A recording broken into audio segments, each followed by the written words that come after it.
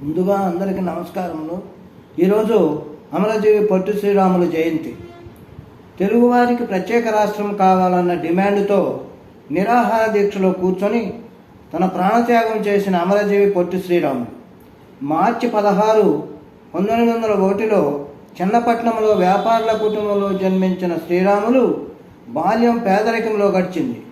1925 బొంబాయి వెళ్లే రైల్వేలో ఉద్యోగిగా చేరాడు. కానీ 5 ఏళ్లు తిరగకుండానే తల్లి, తండ్రి, భార్యను కోల్పోయి ఒంటరివాడయ్యాడు. అక్కడి నుండి ఉద్యోగం వదిలి సబర్మతి ఆశ్రమంలో గాంధీజీ అనుంగు శిష్యుడయ్యారు. గాంధీజీ నిర్వహించిన ప్రతి ఉద్యమంలో పాల్గొన్నారు. జైలు శిక్షను అనుభవించారు. ప్రారంభం నుండి సేవా కార్యక్రమాల్లో పాల్గొనేవారు. బీహారు, గుజరాత్ ప్రాంతాలలో సేవలందించిన పొట్టి శ్రీరాములు ఆంధ్రకు వచ్చి సాధు సుబ్రహ్మణ్యంతో కలిసి కొమరవోలు ఆశ్రమంలో ఉంటూ ఎన్నో రకాలుగా సేవా కార్యక్రమాలు చేపట్టారు. క్విట్ ఇండియా ఉద్యమం సమయంలో జైలుకు వెళ్ళారు. 1914 బాపట్లలో చేసిన ప్రత్యేక ఆంధ్ర రాష్ట్ర తీర్మానానికి స్వతంత్ర భారతదేశం ఏర్పడిన కదలిక రాకపోవడం, రాజాజీ తనకు నెహ్రూ దగ్గర ఉన్న పలుకుబడితో ఆంధ్రులను నిర్లక్ష్యం చేయటం గమనించిన పొట్టి శ్రీరాములు నాటి ప్రముఖ నాయకులు ఆచార్య రంగా, ప్రకాశం పంతులతో చర్చించారు. ఎవరో ఒకరు ప్రాయోపవేశం చేయకపోతే ఆంధ్ర రాష్ట్రం రాదు అని ఆ సమావేశంలో అన్నారు. అందుకు తాను సిద్ధపడి ఆత్మార్పణ చేసి ఆంధ్ర రాష్ట్రం సాధించాలన్న తీర్మానం మనసులో చేసుకున్నాడు పొట్టి శ్రీరాములు. నాటి వరకు తాను నిర్వహిస్తున్న గాంధీ స్మారక నిధి బాధ్యతలన్నీ మరొకరికి అప్పగించి అక్టోబర్ 16, 1952 మద్రాసుకు బయలుదేరి వెళ్ళాడు. మద్రాసు చేరే సమయానికి ఆయన శారీరక దారుఢ్యం కొంత సడలి ఉంది. ఈ విషయం కొందరు పెద్దలు శ్రీరాములు గుర్తు చేశారు.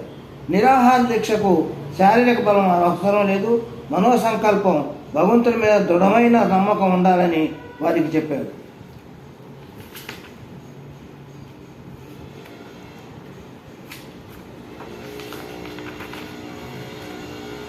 మద్రాసు లేని ఆంధ్ర రాష్ట్రానికి అంగీకరిస్తే ఆంధ్ర రాష్ట్ర ఏర్పాటు సిద్ధమంటూ నెహ్రూ పార్లమెంట్లో డిసెంబర్ 9న ప్రకటన చేశారు. ఆ ప్రకటన శ్రీరాములు నిరాహార దీక్షను ఆపలేకపోయాయి. పొట్టి శ్రీరాములు అలా మంత్రానికి అతుక్కుపోయి ఉన్నారు. ఆంధ్రుల ఆవేశంతో రగిలిపోతున్నారు. డిసెంబర్ 15 అప్పటికి నిరాహార దీక్ష మొదలై 58వ రోజు సరిగా ఉదయం 11:20 పొట్టి శ్రీరాములు ప్రాణాలు అనంతవాయువులో కలిసిపోయాయి. తాను కోరిన కోరిక కోసం ప్రాణత్యాగం చేసుకున్న గాంధేయవాది పొట్టి శ్రీరాములు. అంతకుముందు పొట్టి శ్రీరాములు తన జీవితంలో 3 సార్లు నిరాహార దీక్ష కూర్చున్నారు. నిరాహార దీక్ష చేసిన ప్రతిసారి విజయం సాధించారు. ఆ మరణ వార్తతో ఆంధ్రదేశం అట్టుడికిపోయింది. రాజాజీ మద్రాసులో ఉండకుండా మరెక్కడికో వెళ్ళిపోయాడు. పొట్టి శ్రీరాములు మరణించిన 4వ రోజున నెహ్రూ ఆంధ్ర రాష్ట్ర ఏర్పాటు ప్రకటన చేశాడు. పొట్టి శ్రీరాములు అంతిమయాత్ర నాడు ప్రకాశం పంతులు చెప్పినట్టుగా ఆయన అమరజీవిగా ఆంధ్రుల చేత నేటికి ఎంతగానో కొనియాడబడుతున్నాడు.